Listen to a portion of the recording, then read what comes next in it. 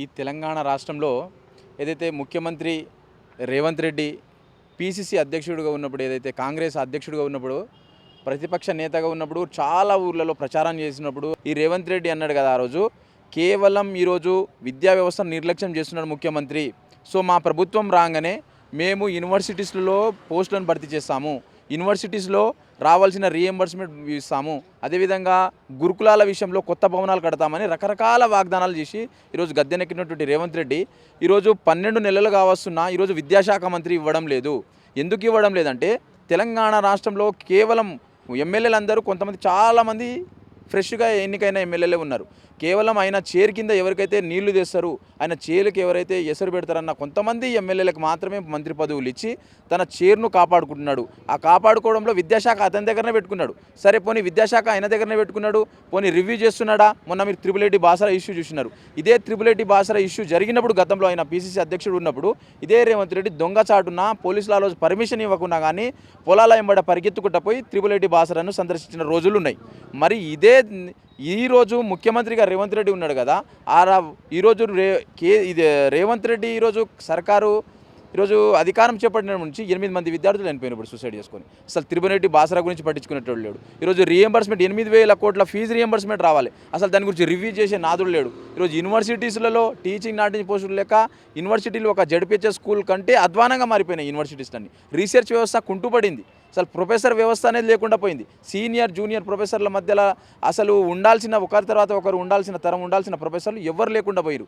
అంటే ఈరోజు రివ్యూ చేయాల్సినటువంటి విద్యాశాఖ మంత్రి ఎవరు లేరు. విద్యాశాఖ అతని దగ్గర పెట్టుకోవడం అంటే ఈరోజు ప్రజాపాలన వారోత్సవాలు జరగాలి తెలంగాణ రాష్ట్రంలో 15 రోజుల పాటు. నిన్న బట్టి విక్రమార్క చెప్తున్నాడు 15 వారోత్సవాలు అన్ని శాఖలలో జరగాలి, ప్రభుత్వ కార్యాలయాల్లో జరగాలంటున్నాం. మేము బట్టి విక్రమార్క కావచ్చు ఈ రేవంత్ రెడ్డి గారికి అడుగుతున్నాము, అసలు ఎందుకు వారోత్సవాలు చేస్తారు మీరు?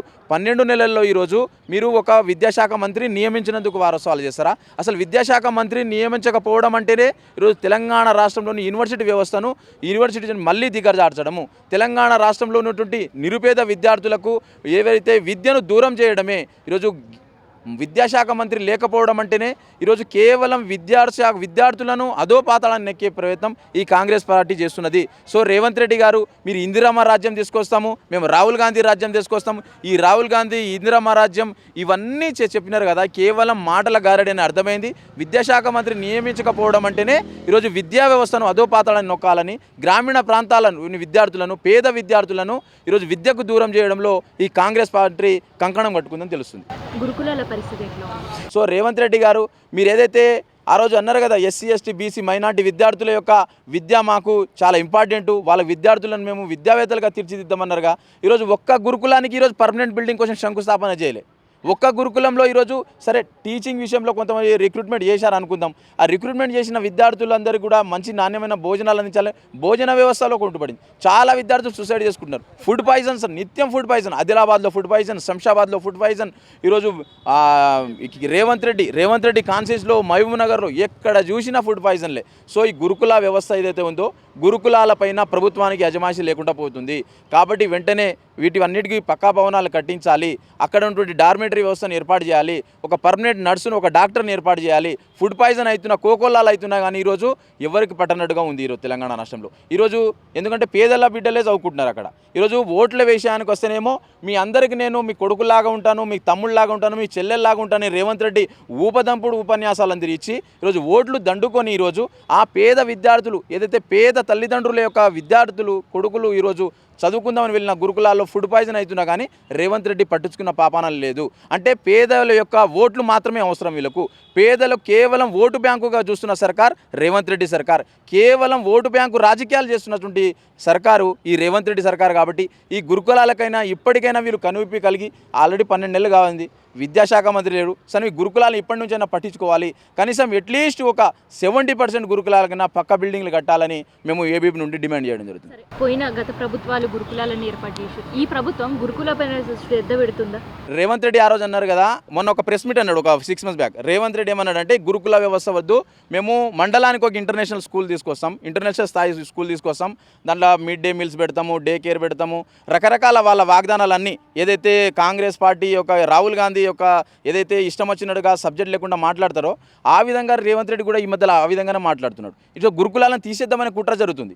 ఎందుకు జరుగుతుందంటే నేను చెప్తున్నా విద్యాశాఖ మంత్రిని ఇవ్వకపోవడం, గురుకులాలను ఈయన పట్టించుకోకపోవడం, నేను మండలానికి ఇంటర్నేషనల్ స్కూల్ని ఏర్పాటు చేస్తానని అంటేనే ఇవన్నీ మరోసారి ఏంటంటే కాంగ్రెస్ ప్రభుత్వం మరోసారి విద్యా వ్యవస్థను భ్రష్టు పట్టించడానికి పేద విద్యార్థులను, గ్రామీణ విద్యార్థులను ఈరోజు ఈ విద్యను దూరం చేయడంలో ఈ కాంగ్రెస్ సర్కారు మరోసారి కుట్ర పన్నుతుంది. ఈరోజు నేను ఉన్న ఒక స్కూల్కి వెళ్ళాను, ఇక్కడ మలక్పేటలో, ఇక్కడ హైదరాబాద్లోని మలక్పేట ఒక స్కూల్కి వెళ్ళాను. అక్కడ ఊడ్చేవాడు లేడు, అసలు డార్మెంటరీ చెత్తగా ఉంది. ఇప్పుడు రేవంత్ రెడ్డి వచ్చిండు, స్కావెంజర్ పోస్ట్ లేదు, ఊడ్చే స్వీపర్ పోస్టులు కూడా లేదంటుండు. ఏమనంటే జిహెచ్ఎంసీలో ఊడవాలంటుండు. జిహెచ్ఎంసీ కూడా ఏమంటుండు, మేము స్కూల్లో చెందుకు ఊడుస్తామండి, మీ ఏదైతే స్కూల్ ముంగట ఉన్న రోడ్డు మేము శుభ్రం చేస్తాం కానీ స్కూల్ లోపలికి రామని వాళ్ళంటున్నారు.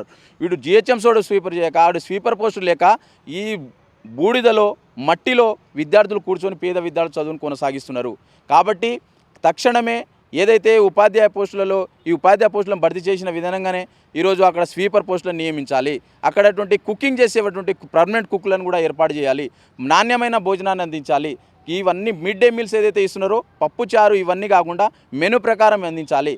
మధ్యలో ఏదైతే దళారులు కాంట్రాక్టర్లకు పైసలు వెళ్ళిపోకుండా నాణ్యమైన భోజనాన్ని అందించి ఏదైతే పాఠశాలలను పటిష్టపరిచి గ్రామీణ విద్యను బలోపేతం చేయాలని మేము చెప్తున్నాం. ఈరోజు రాహుల్ గాంధీ విషయంలో రాహుల్ గాంధీ చెప్తూ ఉంటాడు, రాజ్యాంగం ఖూనీ అవుతుందని చాలాసార్లు చెప్తున్నాడు. మొన్న కూడా పార్లమెంట్ ఎలక్షన్లో ఒకటే ఉపదంపుడు మాట్లాడింది కదా రాహుల్ గాంధీ. సో రాహుల్ గాంధీకి కూడా మేము ఈరోజు ఆద్య టీవీ ద్వారా మేము రాహుల్ గాంధీకి డిమాండ్ చేస్తున్నాం. ఎందుకంటే తెలంగాణ రాష్ట్రంలో ఈరోజు విద్యాశాఖ మంత్రి లేడు, తెలంగాణ రాష్ట్రంలో హోంశాఖ మంత్రి లేడు, తెలంగాణ రాష్ట్రంలో విద్యా వ్యవస్థ అధోపాతాళానికి తక్కువబడింది. తెలంగాణ రాష్ట్రంలో గురుకులాలని విద్యార్థులకు రావాల్సిన రీఎంబర్స్మెంట్ కూడా రావడం లేదు. అసలు ఈరోజు ఇప్పుడు కదా నిజమైన ఖూనీ జరుగుతుంది రాజ్యాంగం. ఇప్పుడు కూడా పేద విద్యార్థులకు రావాల్సినటువంటి రీఎంబర్స్మెంట్ రాక పేద విద్యార్థులకు విద్య అందడం లేదంటేనే బాబాసాహెబ్ అంబేద్కర్ రాజ్యాంగాన్ని రేవంత్ రెడ్డి సర్కార్ తూట్లు పొడుస్తుంది. ఎందుకు రాహుల్ గాంధీ కనిపించడం లేదా? రేవంత్ రెడ్డి పాలన గురించి రాహుల్ గాంధీ కనిపించడం లేదా? కాబట్టి రాహుల్ గాంధీ గారు మీరు వెంటనే రేవంత్ రెడ్డికి సలహాలు ఇవ్వండి, విద్యాశాఖ మంత్రి పెట్టాలని చెప్పండి. లేకుంటే మొన్న ఎలక్షన్లో చూసినాం, మహారాష్ట్ర చూసినాం, జార్ఖండ్ చూసినాం, దేశంలో ఎక్కడ ఎలక్షన్ జరిగినా ఈరోజు ఏదైతే కాంగ్రెస్ పార్టీ రాహుల్ గాంధీని నమ్మే పరిస్థితి తెలంగాణ ఈరోజు భారతదేశంలో ఎక్కడ కూడా లేరు ప్రజలు. సో ఈ విధంగానే తుడుచుకుంటా పోతుంటుంది. సో విద్యా వ్యవస్థకు సంబంధించి ఎంతవరకు చిత్తశుద్ధి? విద్యా వ్యవస్థకు అండి ఒకటి కావ్య గారు, ఈ విద్యా వ్యవస్థలో కాంగ్రెస్ గవర్నమెంట్లో ఎవరికి చదవచ్చండి? ముఖ్యమంత్రి చదువు డిగ్రీ చదివిండో లేదా ముఖ్యమంత్రి. అక్కడ ఉన్నటువంటి ఏ ఒక్క మంత్రి అయినా చదువుకున్నాడా? కేవలం అక్కడక్కడ అడపాదడపగా సర్టిఫికేట్ తెచ్చుకున్న వాళ్ళే. ఈ కాంగ్రెస్ గవర్నమెంట్లో కేవలం సర్టిఫికేట్లు మాత్రమే ఉన్నాయి వాళ్ళ కాడ, కానీ ఎవ్వరికీ చదువు రాదు. సో ఈ కాంగ్రెస్ గవర్నమెంట్ ఉండే ఎమ్మెల్యేలు అంతే ఉన్నారు, మంత్రులు అంతే ఉన్నారు. అందుకే విద్య గురించి వాళ్ళకి అవగాహన లేదు, విద్య పట్ల వాళ్ళకి అసలు అవగాహన లేదు. కాబట్టి విద్య ఇస్తే ఏముంటుంది, ఇవ్వకపోతే ఏముంటుంది. మాకు విద్య లేదు, మేము డిగ్రీ ఏదో సర్టిఫికేట్ తెప్పించుకున్నాం, దొంగతనం తెచ్చుకున్నామా, చిట్టీలు పెట్టి తెచ్చుకున్నాం. కానీ ఈరోజు నేను ముఖ్యమంత్రి కాలేనా, మంత్రిని కాలేనా రేవంత్ రెడ్డి అంత చందగా తయారైంది. సో ఎమ్మెల్యేలు కూడా ఈరోజు అదే విధంగా ఉన్నారు. కాబట్టి విద్యకు అసలు ప్రాధాన్యత లేదు. ఎందుకంటే విద్యాన్ని నమ్ముకున్న ఒక్క ఎమ్మెల్యే లేడు, వీళ్ళ దాంట్లో ఒక్క మంత్రి లేడు. సో విద్య యొక్క ఇంపార్టెన్సు ప్రజెంట్ ఉన్నటువంటి ఈ అధికార పక్షానికి తెలియదు. కాబట్టి వీళ్ళకు విద్య గురించి తెలియదు. కాబట్టి ఈరోజు తెలంగాణ రాష్ట్రాన్ని కూడా అదే విధంగా అదే చందంగా తయారు చేసుకోవడం జరుగుతుంది.